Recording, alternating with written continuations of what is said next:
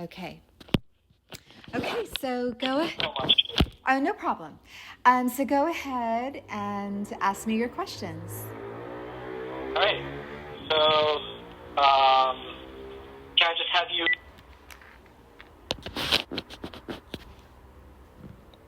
So my name is Amita Sharma, and I'm an investigative news reporter for KPBS in San Diego.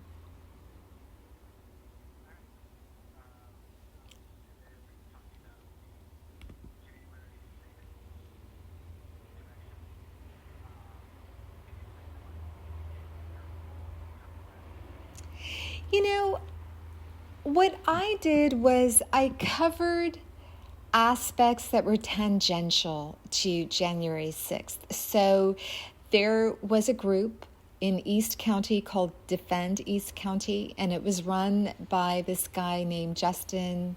Gosh, I can't remember his last name. I think it might have been Haskins. Anyway, I did a big profile on him. He was there on January 6th. He was in DC. He did the march on the Capitol. However, he didn't breach the Capitol building. But he did believe that Biden did not win the election, got there through fraud, got to the White House through fraud, and said that his goal was to elect to local government, so city councils, school boards, people who believed the big lie, people who wanted to see the borders shut down. So this was a gentleman who was from San Diego. He participated in the January 6th insurrection, and that's my connection to January 6th.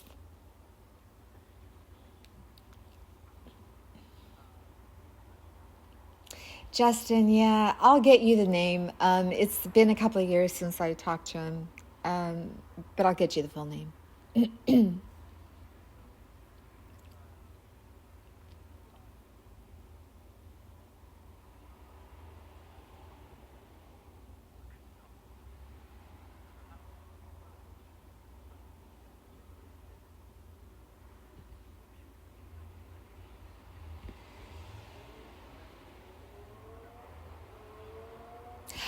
Um, so you had sent me a second group of questions that you said that you would ask me. Are you?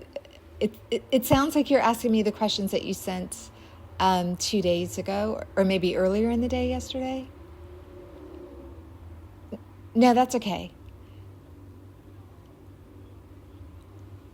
Because the second group of questions, I'm better at answering.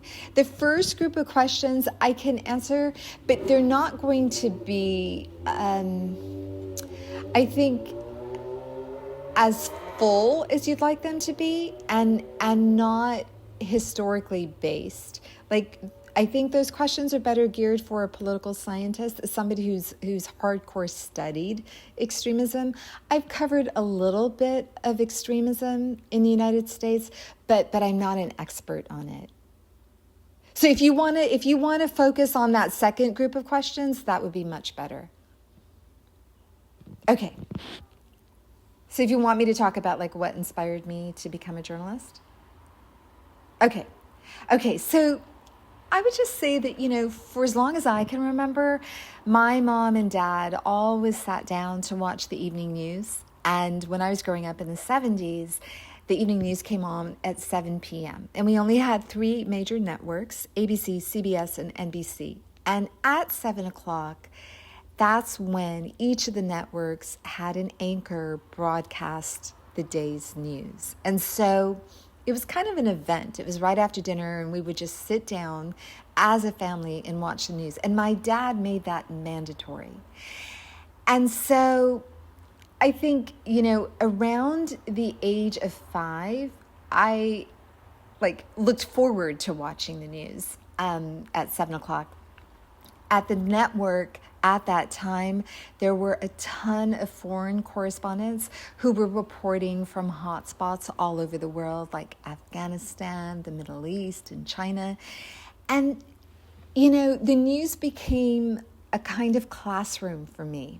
And the more I paid attention to what was happening around the world, the more I learned in the actual classroom because I was able to connect the dots. I was able to make links between, what was going on there and what my teachers were talking about when they were talking about current events and when they were teaching us history, even if it was US history, but definitely world history. And then I think probably when I was 8 years old, I discovered local TV news and I fell in love. And I decided that's what I wanted to do because that's where the action was. I liked this concept of learning something new every day, of meeting new people, talking to new people every day. I just felt like it was so exciting. And just in hindsight, I can say I'm very grateful that I chose this path because I would never want to sit at a desk in front of a computer all day long. That would just kill me. However, at the same time, I don't regret, while I don't regret becoming a journalist, I sometimes wonder what life would have been if I'd gone to law school. I think it would have been nice to supplement my journalism training with the law. And then maybe I could have done a career change midway and gone into law full time and become a lawyer. I did end up studying journalism and international relations at USC, and it was they had and continue to have a great school for that.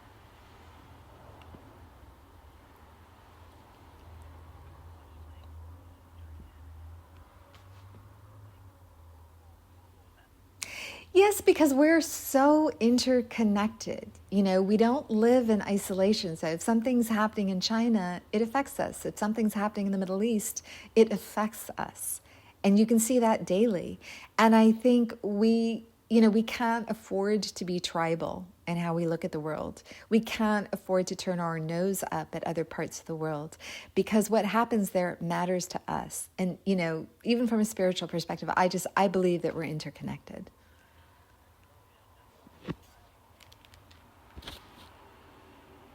And I'll tell you, I think that you guys, people from your age group, my daughter's 20, she's a junior at USC.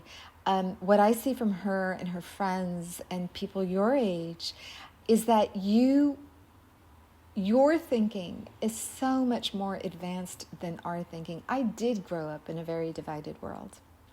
I did grow up in a world where there was a lot of superiority that people accepted as fact on the part of the West over the East. And I don't think that you guys think that way. I think that your generation is so open and is just operating at a much higher level when it comes to these issues.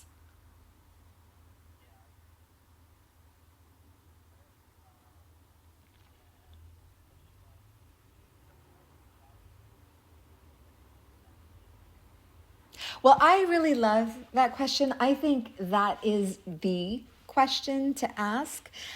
I think a crucial part of fully absorbing what is going on in our country, what's happening in our country at this moment, is understanding the media's complicity in our democracy's unraveling.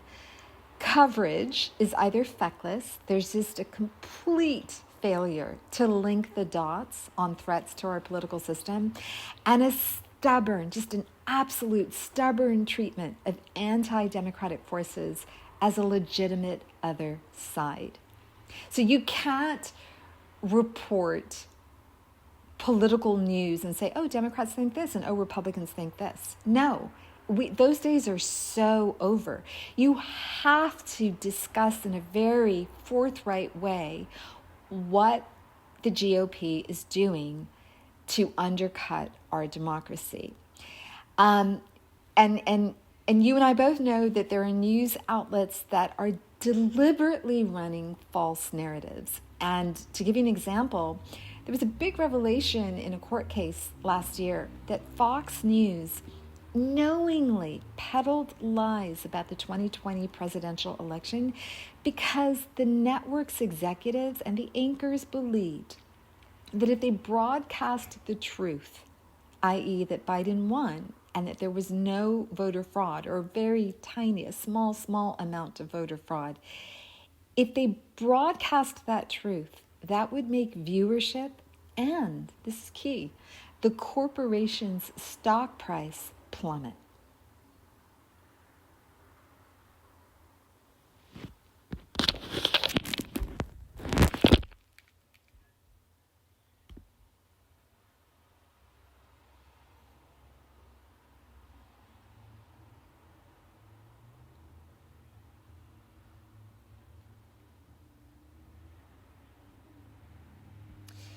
Well, I think it's up to us. I mean, I think we as a people have to demand better from our news media. I think, again, I think news outlets are treating the GOP as if it's a normal party. They're covering these just insane conspiracy theories and lies about the 2020 election as if it's a horse race.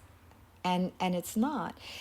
The media has to commit to taking the side of democracy and the truth, and they're not. And we as citizens, we as a public have to demand that they do.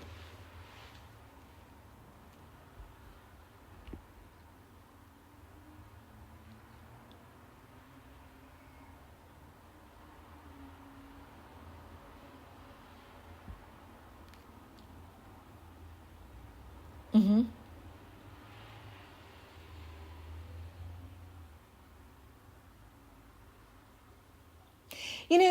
That's a good question.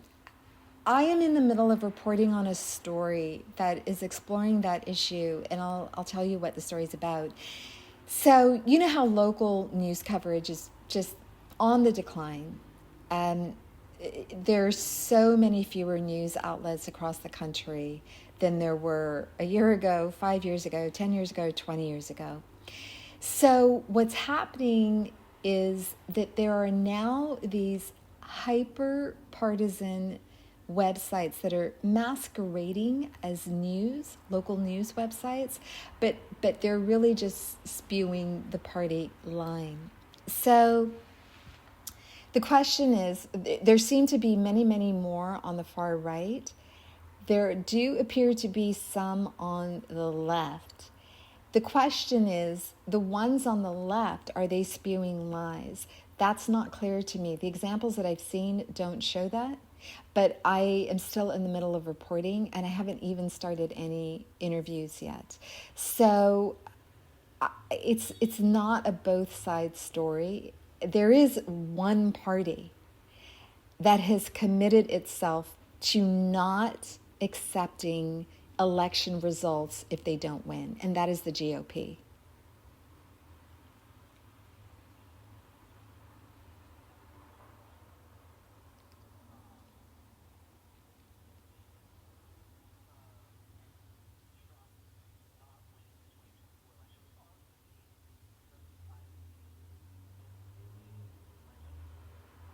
Mm-hmm. Mm-hmm. Mm-hmm. Yeah. I'm of two minds on that. One is maybe, and the other one is no. And I'll tell you why. I think before the first criminal charges were filed against him, he said he made similar statements saying, "You watch, my supporters will be out there in droves." And he intimated that there could be violence, and there really wasn't. And his supporters weren't out there in droves. Maybe 2 or 3 showed up at one court hearing, maybe 20 showed up at another, but there was no violence. I think he said over the weekend that if he loses, there will be a bloodbath, right? I think that that's a scare tactic. I think that I think his supporters are committed. I think they're true believers. And January 6th is certainly evidence that his supporters are willing to commit violence on his behalf. But since January 6th, I think nearly 1,000 of those people who participated in that insurrection have been prosecuted, right? Many have gone to prison. Are they willing to do that again for him? I don't know.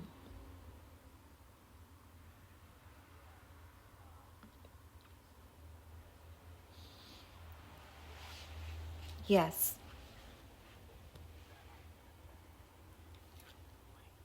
If it's going to happen again, is base is very disorganized in terms of what they believe in and what they support. Mm-hmm.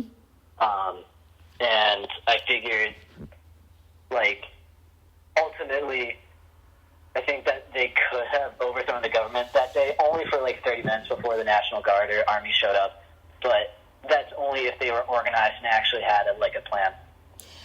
Right. However, I would think that, there is a group of his supporters who have advanced degrees, who have been in government for a long time, who are organized, who are deliberate, and do have a clear-cut plan on what they'd like to do if they get into power again. So I think that they could actually carry out his agenda with great skill if he were reelected. Yeah, it'd be interesting to see what happens. Yeah. All right. How does the media help or harm the insurrection?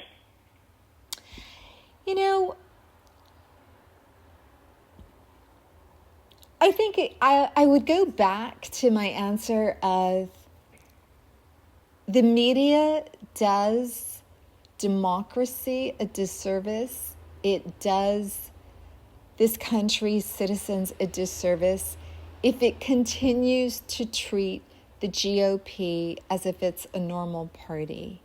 I think just as the GOP is pretty systematic and organized about how they would undercut democracy if they got into the White House again, I think the media needs to be consistent and deliberate, methodical about how they cover these attempts to undermine democracy. And what I mean by that is, if there are people in San Diego County who participated in the January 6th insurrection, we must cover them, and we must profile how they became radicalized. If there are people who sit on school boards and city councils and the Board of Supervisors, state senators, state assembly members, who believe in the big lie, we should write about that. We should know that. We should create a database, and the public should know that. Because if you believe the big lie, that means you are not in favor of democracy. That means you don't believe in elections unless you win. So the media clearly isn't doing that.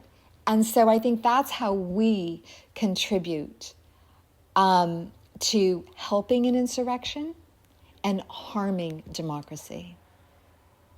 So we as an industry have to commit to taking the side of democracy, taking the side of truth.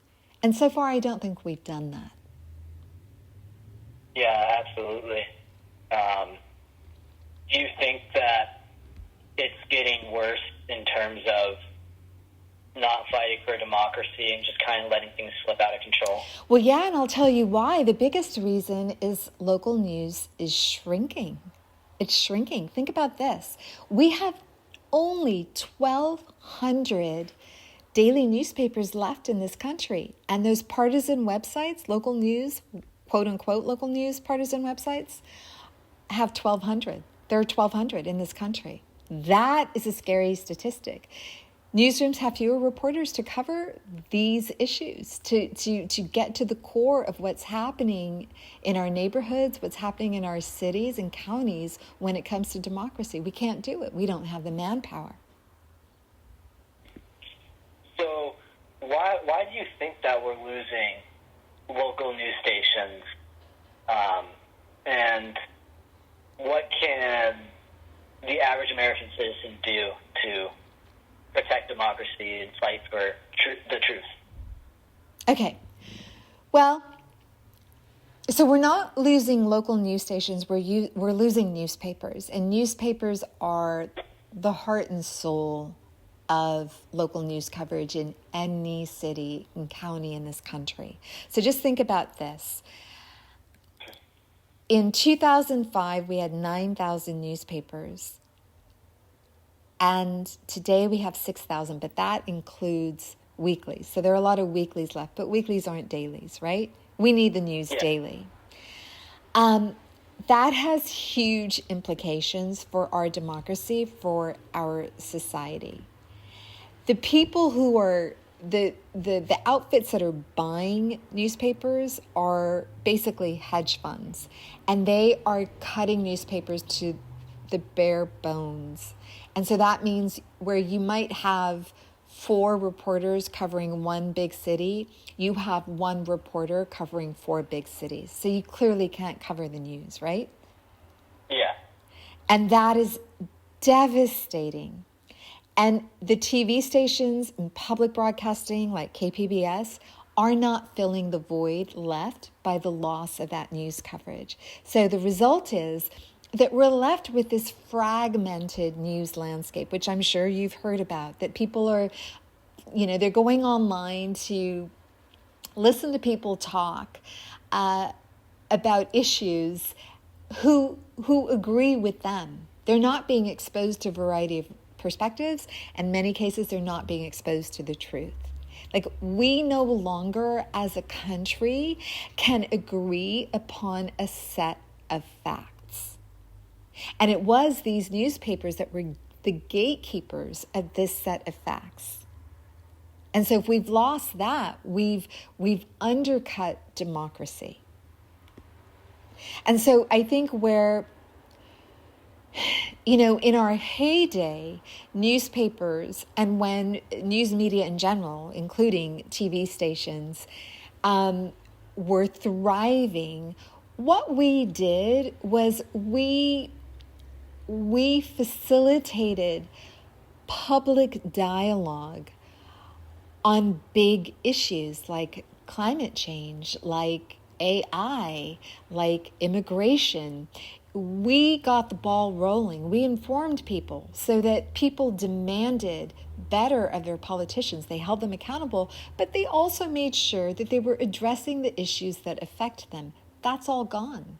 So now, what I would say to the average citizen as a workaround is, you go out there and you find out where the news coverage is, and you absorb that and do research on issues. Do your homework. It's hard, but you've got to take the time to do it.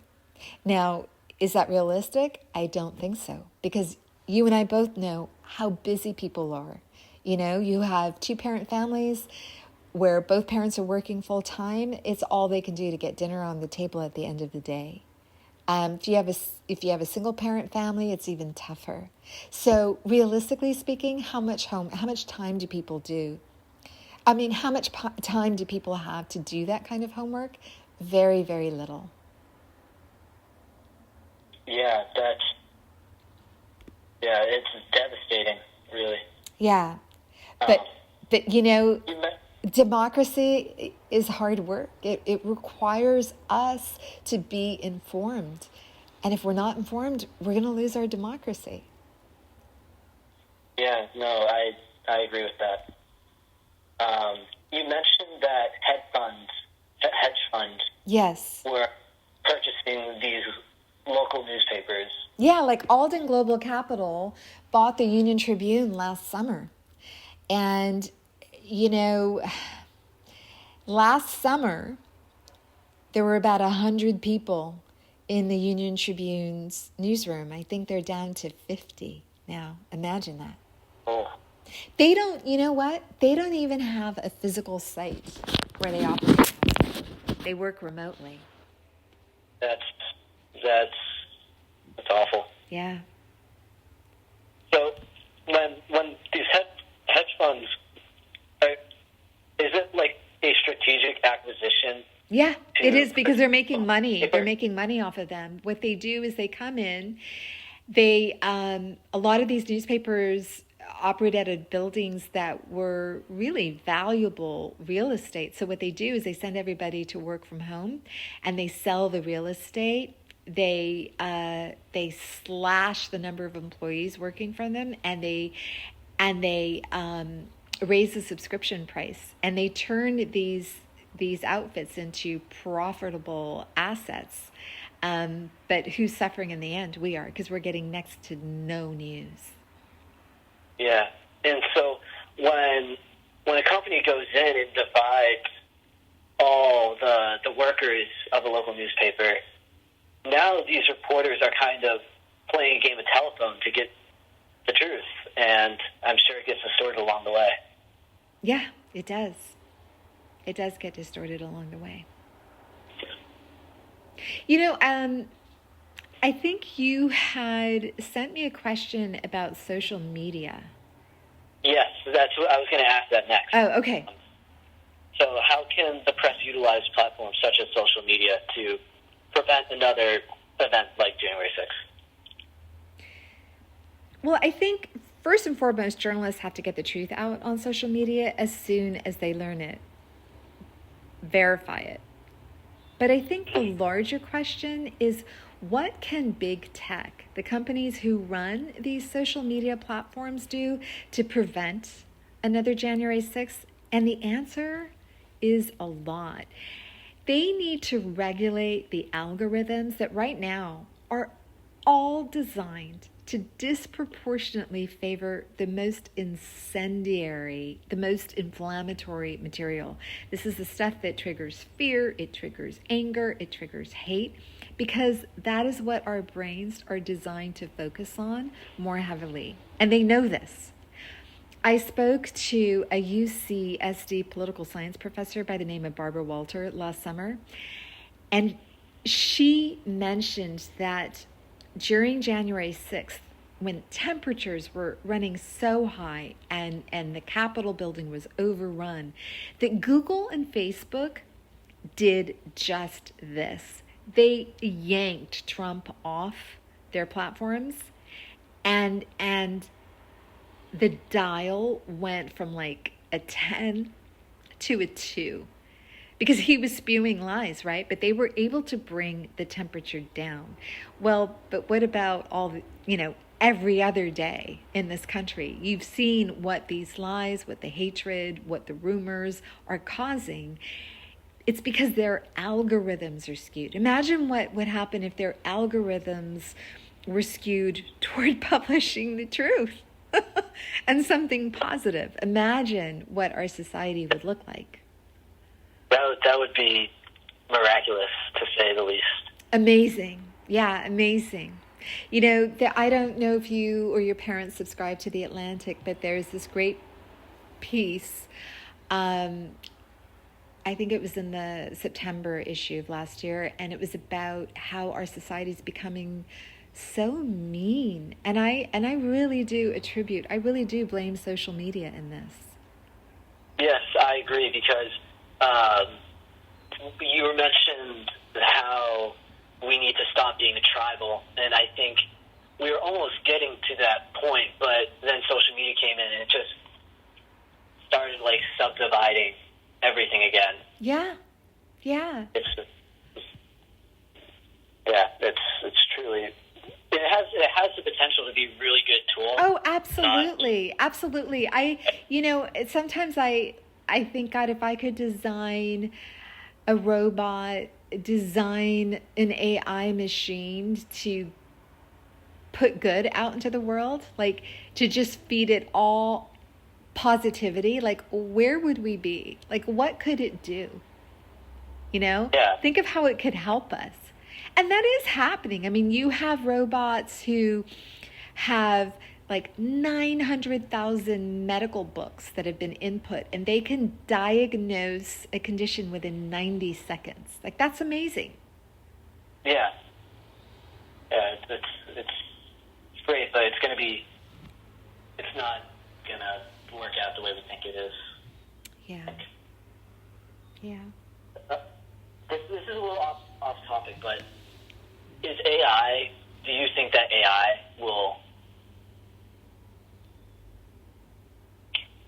AI will only cause further divide or political tension in America?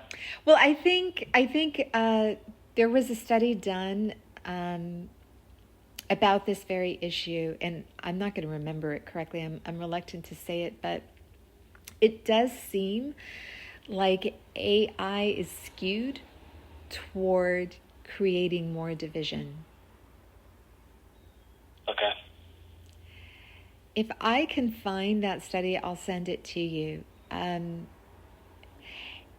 Okay. I don't know if it's the New York Times or the Washington Post.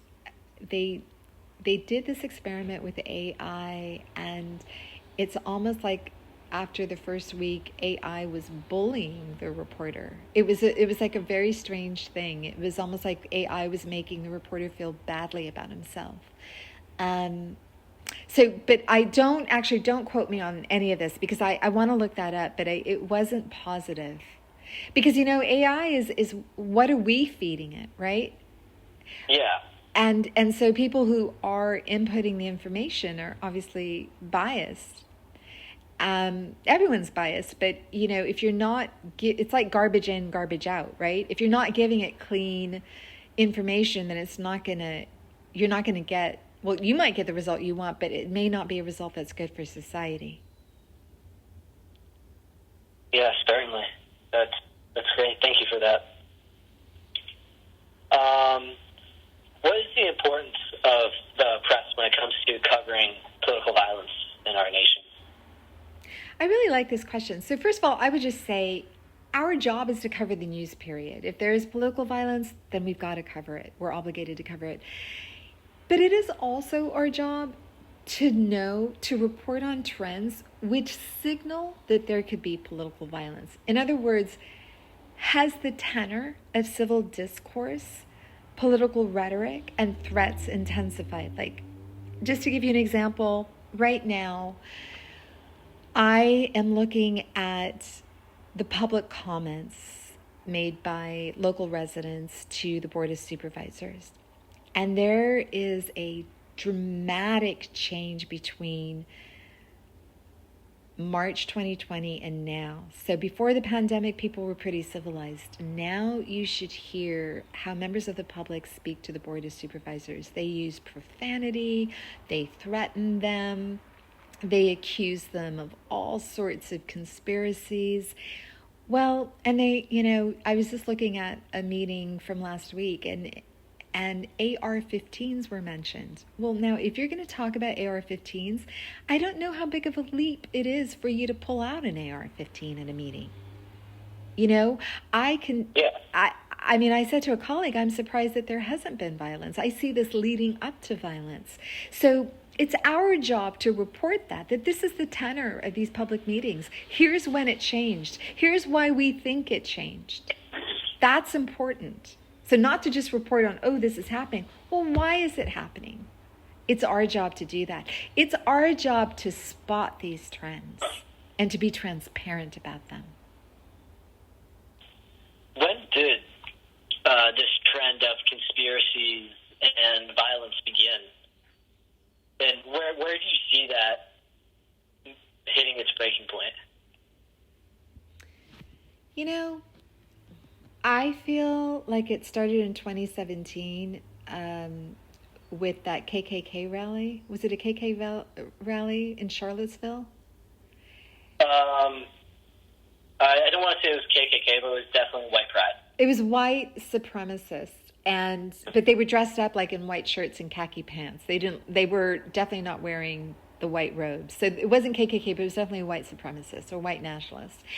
And I think a day after that march, this woman was, a car ran into her deliberately and killed her.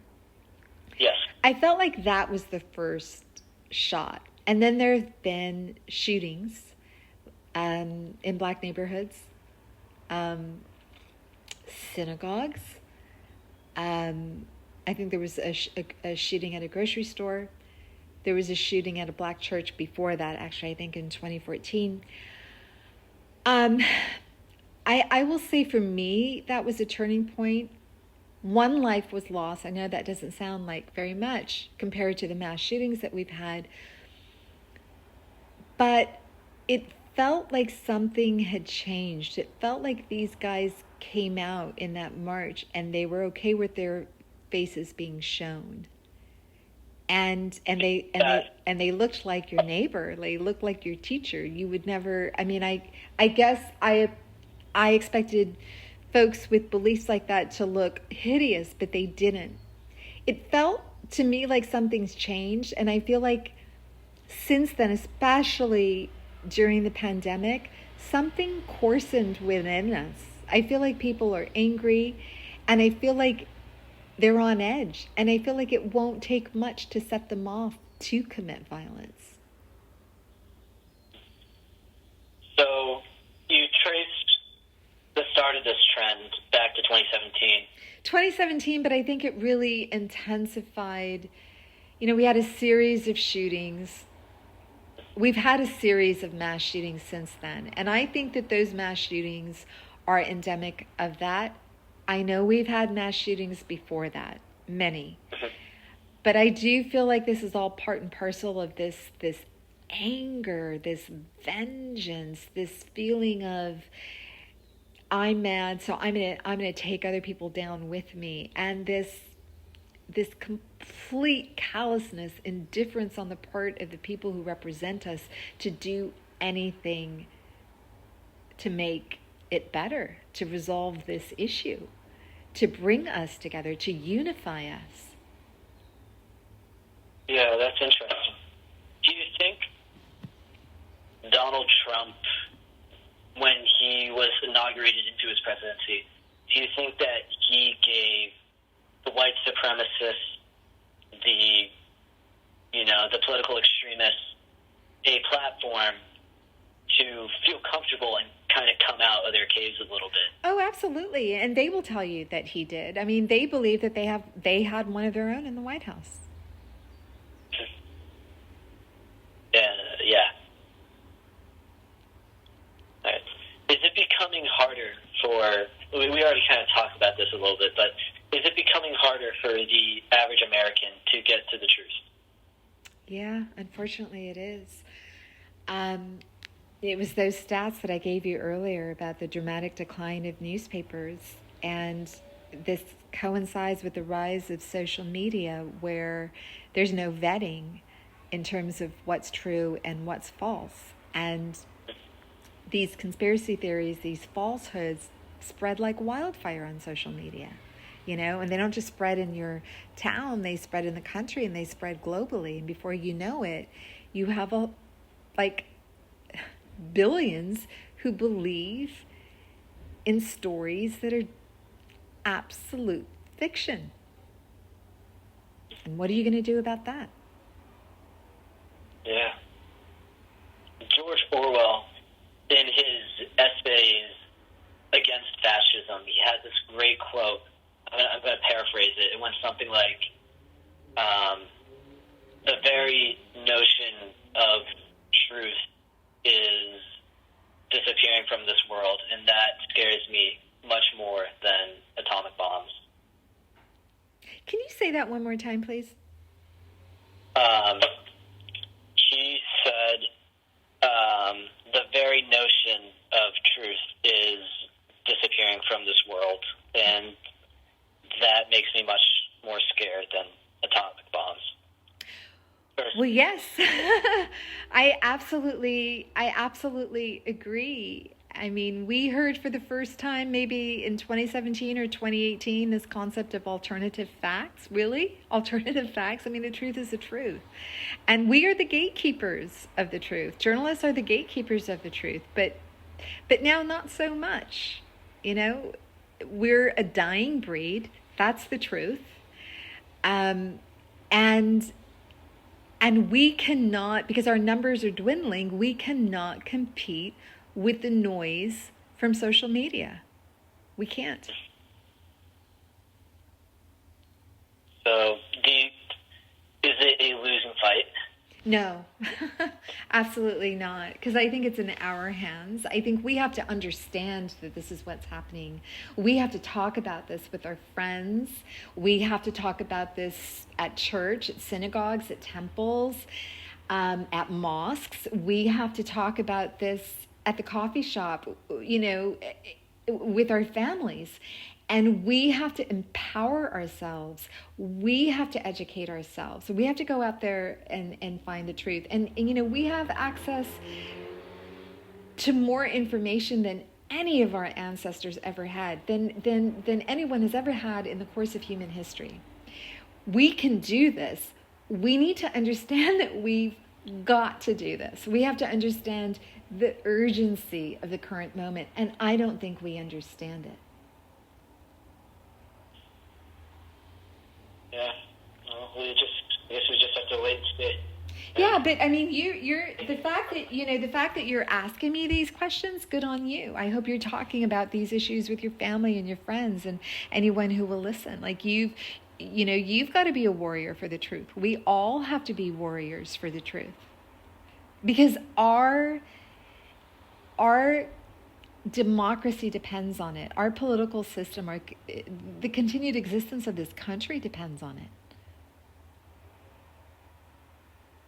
Yeah. Thank you for all that you shared. It was truly eye-opening in a very important way. Well, listen, thank you for caring, for being interested in this, for taking the time to do this. I know it was a class assignment, but I can tell that this is something you're passionate about. I appreciate the effort you put into the questions. And I didn't mean to scare you off with the political scientist answer. It's just I am not a student of political science. I know what I see. I am a student of political events. But I certainly read about what's going on nationally. I pay attention, but I think I'm better at speaking about the news and what's happened to it. Yes. No, I appreciate your willingness to do this. You were actually the only person that said yes to me. Are you kidding me? Well, I asked. Yeah. Oh my God, how many people did you reach out to? I reached out to maybe 7. Oh, I'm so sorry to hear that. No, but thank you. This was wonderful, and yeah. Well, listen, thank you so much, and I wish you a lot of luck. And if you ever want to interview me again, feel free to reach out. I love talking to people your age because I really think that you guys are our hope, our salvation. Like, it's up to you. You guys have to do a lot. You've got to clean up the mess that we've left for you, and we've got to do it too. It's not all on you.